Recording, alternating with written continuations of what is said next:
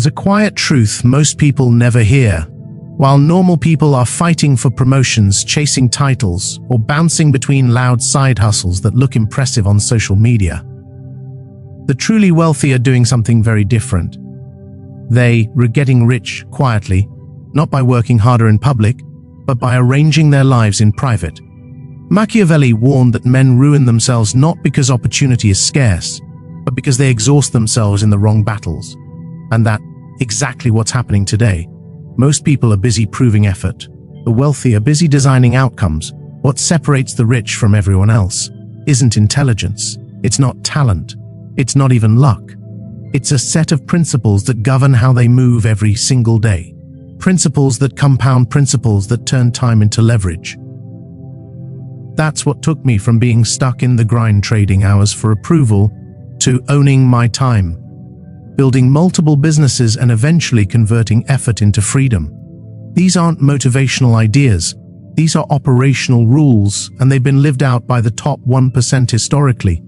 And today, whether they talk about them or not, the first rule is simple, but brutal. You become what you repeatedly do. Machiavelli understood this long before neuroscience caught up. He wrote that men are shaped more by habit than reason, and once a pattern is formed, it governs them. Like law, modern research backs this up. Nearly half of what you do every day is automatic. You're not deciding, you're executing programs.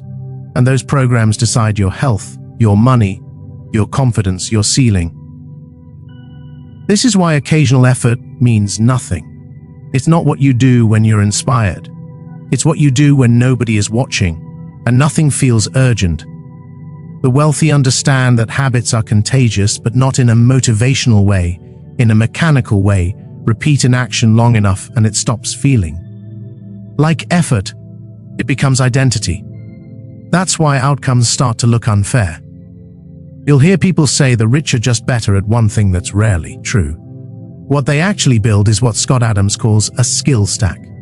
You don't need to be the best in the world at anything that's rare and risky, but if you're in the top 10% of several complementary skills: communication, decision-making, risk assessment, discipline, the combination becomes lethal. Habits work the same way.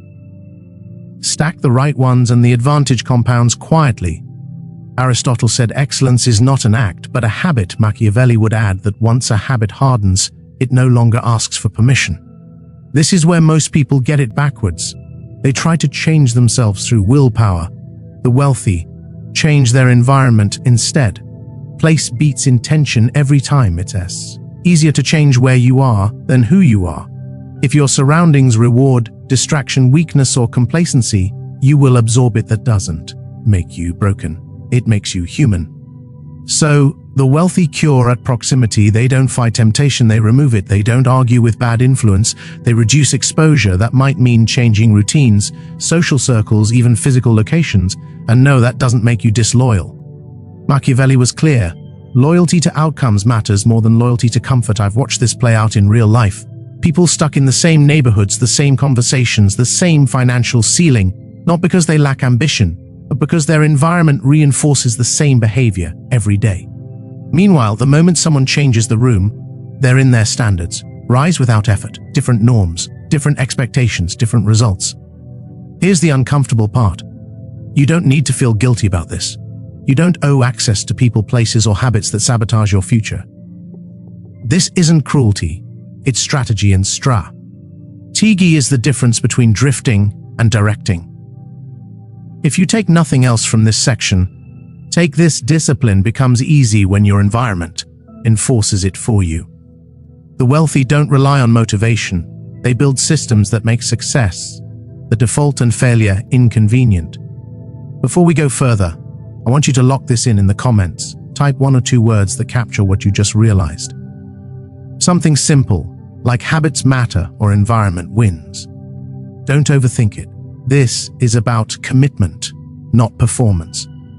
And if this way of thinking already feels different from what you've been taught, subscribe to the channel and join a growing community of men who think in principles, not excuses. Men who are building long-term leverage instead of chasing short-term validation.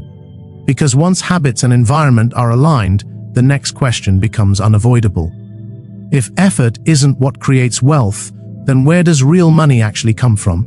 And why does grinding harder often trap people instead of freeing them? Ownership, reputation, and playing the long game. Effort alone will never make you rich. Machiavelli understood this in Political Power, and it applies cleanly to money. He wrote that men who rely only on labor remain dependent, while those who control structure gain freedom. In modern terms, that structure is ownership. You simply do not become wealthy without equity, not eventually, not accidentally, and not by salary alone. This isn't advice for someone just starting out with nothing early on. Income matters, cash flow matters. I made my first serious money through work like anyone else. That's a necessary phase, but if you're years into a career saving, diligently doing everything right and still capped, then this is for you. At some point the ceiling appears, and the wealthy recognize that ceiling immediately. They know paychecks are linear, ownership is exponential. Look at the highest paid executives in the US. Their base salaries sound impressive on paper, a few million a year, enough to impress neighbors, but that's not where their wealth comes from. Their real money is in shares, options, and long-term equity. Their net worth is built while they sleep, not while they clock in. They didn't become powerful by being well-paid employees. They became powerful by owning pieces of the machine. Now compare that to a standard 9-to-5 fixed hours, limited upside. A boss who can replace you faster than you think. It feels stable, but stability is often just slow decay, disguised as safety. Machiavelli warned that dependence feels comfortable until the moment it becomes dangerous. Most people overestimate how valuable they are to the system they serve. The wealthy do the opposite. They either make themselves indispensable, or they build something they own outright. This is why they're playing a different game. And once you see that game, it's hard to unsee it. Why stay in a system where winning doesn't change your position, when you could enter one where winning compounds? Ownership carries risk. Yes, but so does dependence. One just hides it better. Then there's reputation. This is the asset nobody teaches you about. But the rich obsess over reputation. Is slow to build and fast to destroy. And once it's damaged, money becomes harder to keep. Not easier to make. Warren Buffett put it plainly when he said he could forgive losing money, but never forgive losing trust. Machiavelli would agree a man can recover from loss, but rarely from disgrace. The wealthy refuse short-term wins that threaten long-term credibility. I learned this the hard way early on. I once walked away from a lucrative situation because the culture didn't sit right. The money was good, the environment wasn't. The people cut corners, blurred lines, and treated loyalty like a joke. And here's the part most people miss, even if you don't party. Proximity implicates you. People assume you're like the company you keep. Patterns matter. Someone who lies easily will lie to you. Someone who cheats systems will eventually cheat partners. This isn't moral preaching. It's pattern recognition. Machiavelli urged rulers to study behavior over time, not isolated acts. Trends reveal truth. The wealthy watch trends in people, the same way they watch markets. One signal they pay attention to is longevity. Do people maintain long-term relationships? Do others stay around them willingly? Or is there constant turnover, burn bridges, and excuses? Short-term. Players can't sustain trust, and without trust, scale collapses. Here's where most people stall. They know ownership matters.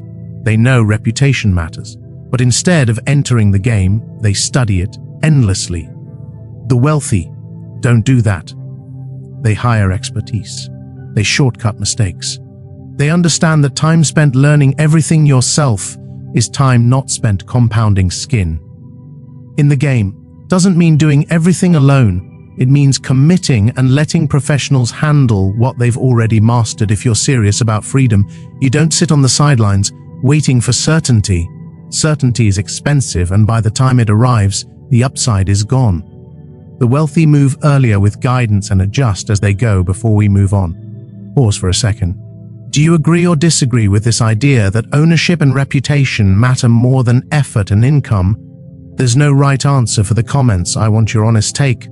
Now, once you step into ownership, follow through, standards, and the power of time compression, something uncomfortable happens. Excuses stop working. There's no one left to blame. And that's where the real separation begins. I've seen this again and again. The gap between average and exceptional is rarely talent. It's follow-through. Machiavelli wrote that promises are easy when is distant, but loyalty reveals itself only under pressure. Wealth works the same way. Everyone has ideas, very few execute them. Relentlessly rich people don't just say they'll do something, they do it, especially when it's inconvenient, especially when motivation disappears. And the most important promises they keep are the ones they make to themselves. If you say you'll act and you don't, you train yourself to distrust your own word. That erosion compounds faster than any bad investment. This is why behavior matters more than intention in business. The best predictor of future performance is past behavior. That's not philosophy. That's pattern recognition. When I evaluate people, I don't listen to what they claim they'll do. I watch what they deliver when there's a real deadline and no applause. Do they hit it or not? That's the tell. Showing beats telling. Every time the wealthy operate with standards, not moods. Motivation is unreliable. Discipline scales there. There's research showing that people who rely on consistent follow-through instead of emotional drive are far more likely to reach their goals. That aligns perfectly with how the top 1% think. They don't ask how they feel today. They ask what must be done to maintain the standard. And standards apply to time above all else. Time is the one resource you cannot multiply. Machiavelli warned rulers that delay is often more dangerous than a bad decision. The wealthy understand this instinctively. They compress time. They shorten the gap between idea and action. That's where money is actually made. Here's a simple example. People love the idea of focusing on the one thing that matters most. The problem is that the most important task is usually too big to finish in a single day, so most people avoid it entirely. The wealthy don't. They break it down and attack it daily. 2 focused hours a day on a single priority beats 8 distracted hours pretending to work over months and years. That compounds into books written, companies built, and leverage created. I've watched this play out firsthand. Consistent, boring execution outperforms bursts of intensity every time. That's how real momentum is built. Not through heroic effort, but through controlled repetition. Then there's people. Your environment isn't just places, it's humans. The wealthy are proactive about this, even when it's uncomfortable. They understand that relationships are multipliers or anchors. The person you partner with, marry, or build with will either accelerate your trajectory or quietly sabotage it.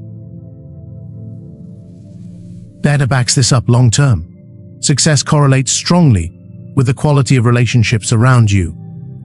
Warren Buffett said, "You drift in the direction of the people you associate with." The drift is subtle, but it's constant. Surround yourself with people who normalize winning, and your standards rise automatically. Stay embedded in environments tied to your old identity, and growth feels like betrayal. That's why change creates friction. People knew the old version of you. They benefited from it. The new version threatens the balance. The wealthy accept that friction as the cost of evolution. They audit their circle honestly. Who is moving forward? Who is stagnant? Who drains energy? This isn't about cutting people off dramatically. It's about reallocating time. Time spent is endorsement, and every hour you invest signals who and what you're becoming. All of this ties back to urgency. Speed isn't chaos. Speed is clarity. Fast decision makers outperform slow ones in high-stakes environments. Because momentum compounds, work expands to fill the time you allow it. Shorter deadlines force prioritization. Long timelines invite procrastination. That's why the wealthy push timelines aggressively. If something can be done in a month, they ask how it can be done in 2 weeks and not perfectly done. They'd rather company wrecked course with data than sit still waiting for certainty. Before we move forward, I want you to lock this idea in the comments. Type 1 or 2 simple words that reflect what stood out most to you here. Something like follow through or move faster. This isn't for me, it's for you, because speed and discipline create momentum. But momentum alone won't carry you through what's coming next. When things get hard, and they always do, only resilience and ownership determine who breaks through. Depth, urgency, and relentless ownership. This is where everything tightens, because once you're moving fast, once you're executing, once you've raised your standards, the final separator appears. It's not intelligence, it's not resources, it's how you communicate, how you endure pressure, and how much responsibility you're willing to carry when things go wrong. One of the biggest differences I've noticed between the wealthy and everyone else is how they talk. Not louder, not more often, deeper. They don't waste much time on surface-level conversation, not because they're cold, but because they understand that trust and opportunity don't live on the surface. Machiavelli wrote that alliances are formed not through appearances, but through mutual understanding of interests that requires depth. This doesn't mean trauma dumping or trying to impress, it means asking better questions and actually listening to the answers. Instead of filling silence with noise, they let silence work.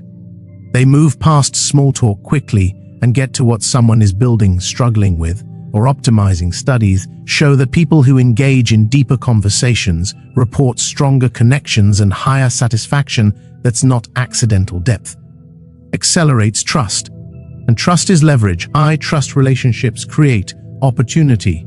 Low trust relationships create friction. Ray Dalio once said that meaningful work and meaningful relationships reinforce each other. That's not philosophical. It's operational. When trust is high, deals move faster. Information flows freely. Partnerships form naturally. When trust is low, everything slows down and costs more. Sometimes depth comes from controlled vulnerability, not weakness. Honesty. I've seen relationships accelerate simply because someone was real, instead of polished. People with real power don't need to be impressed. They're drawn to clarity and self-awareness. When you stop performing and start communicating honestly, you stand out immediately. But none of this matters if you collapse when things get hard, and they will get hard. That's not a possibility, it's a requirement. The wealthy understand this early. They don't expect smooth paths, they expect resistance. Machiavelli warned that fortune favors those who are prepared to act forcefully when conditions turn hostile. Resilience isn't a trait, it's a practiced response. Every person I know who has built something meaningful has hit moments where there was no clear answer. Late nights, pressured out situations where the next move wasn't obvious and quitting would have been easier. That's not a sign you're failing. That's the signal you're finally in the game. The difference is how you interpret that moment. Most people see friction and assume something is wrong. The wealthy see friction and assume they're close. They don't wait for confidence. They move despite uncertainty. They understand that anxiety is often just energy without direction, so they convert it into action. Speed matters here too.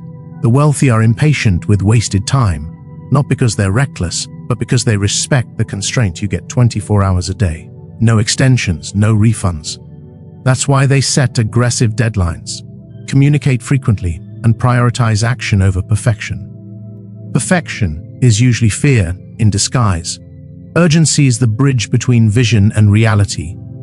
Without it, ideas decay. With it, progress compounds. This is why the wealthy often look restless. They're not chasing more, they're protecting time.